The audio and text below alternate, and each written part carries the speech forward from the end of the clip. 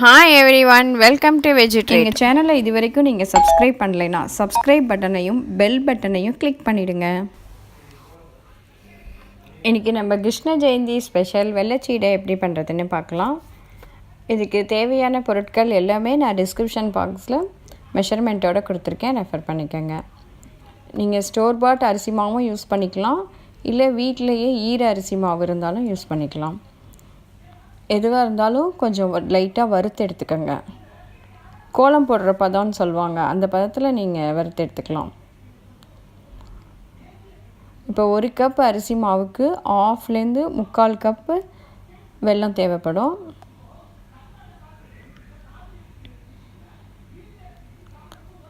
வெல்லம் மூழ்கிற அளவுக்கு தண்ணி ஊற்றி கொஞ்ச நேரம் வெல்லம் கரையிற வரைக்கும் விட்டால் போதும்.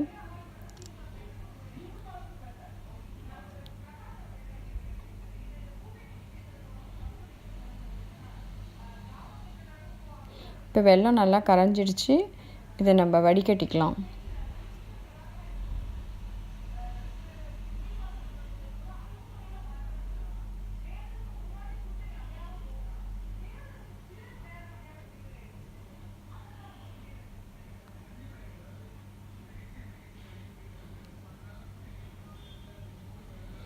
இப்போ இந்த வெள்ளை தண்ணியை லைட்டாக கொதிக்க விட்டுக்கலாம். ஒரு கெட்டி பதம், ஒரு ஹனி பதத்துக்கு வரும்போது ஆஃப் பண்ணிக்கலாம். எதுவும் பாகெல்லாம் வைக்கணுங்கிறது தேவை கிடையாது. நம்ம இப்படியே ஊற்றியும் மாவில் பிசையலாம். ஆனால் அது பிசையும் போது தண்ணி ஜாஸ்தி ஆகிடுச்சுன்னா திருப்பியும் மாவு போட்டு ஸ்வீட் குறைஞ்சிடும். அதுக்காக நீங்கள் லைட்டாக கெட்டி பதத்தில் எடுத்துகிட்டு ஆஃப் பண்ணிக்கோங்க. இப்போ மாவு நம்ம ரெடி பண்ணி வச்சுருக்கிற அரிசி மாவு, 2 டேபிள் ஸ்பூன் தேங்காய், 2 டேபிள் ஸ்பூன் உளுத்த மாவு, கொஞ்சமாக எள்ளு, 2 டேபிள் ஸ்பூன் பட்டர்.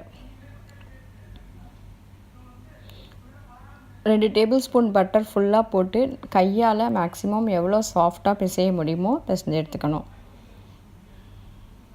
அதுக்கப்புறம் கொஞ்சம் கொஞ்சமாக வெள்ளை தண்ணியை ஊற்றிக்கோங்க. வெள்ளை தண்ணியை கொஞ்சம் கொஞ்சமாக ஊற்றி சாஃப்டாக சப்பாத்தி மாவு பதத்துக்கு பிசைஞ்சு எடுத்துக்கோங்க.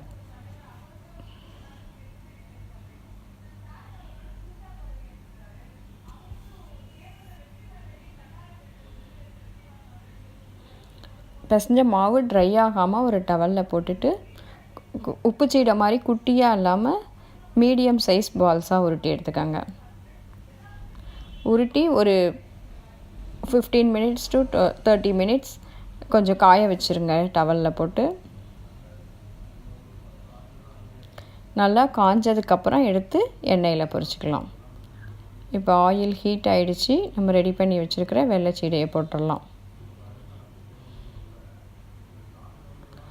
சீடை ரொம்ப எண்ணெயெலாம் குடிக்காது, அதனால் நீங்கள் கொஞ்சமாக எண்ணெய் வச்சிங்கனாலே போதும். நல்ல எண்ணெய் நல்லா ஹீட் ஆனதுக்கப்புறம் கேஸை சிம்மில் வச்சுடுங்க. இல்லைன்னா சீடை சீக்கிரமே வெந்து உள்ள மாவாக இருக்கும். நீங்கள் சாப்பிடும்போது பார்க்க உள்ள மாவு அப்படியே இருக்கும். அதனால் நல்ல எண்ணெய் சூடானதுக்கப்புறம் சிம்மில் வச்சு பொரிச்சிடுங்க.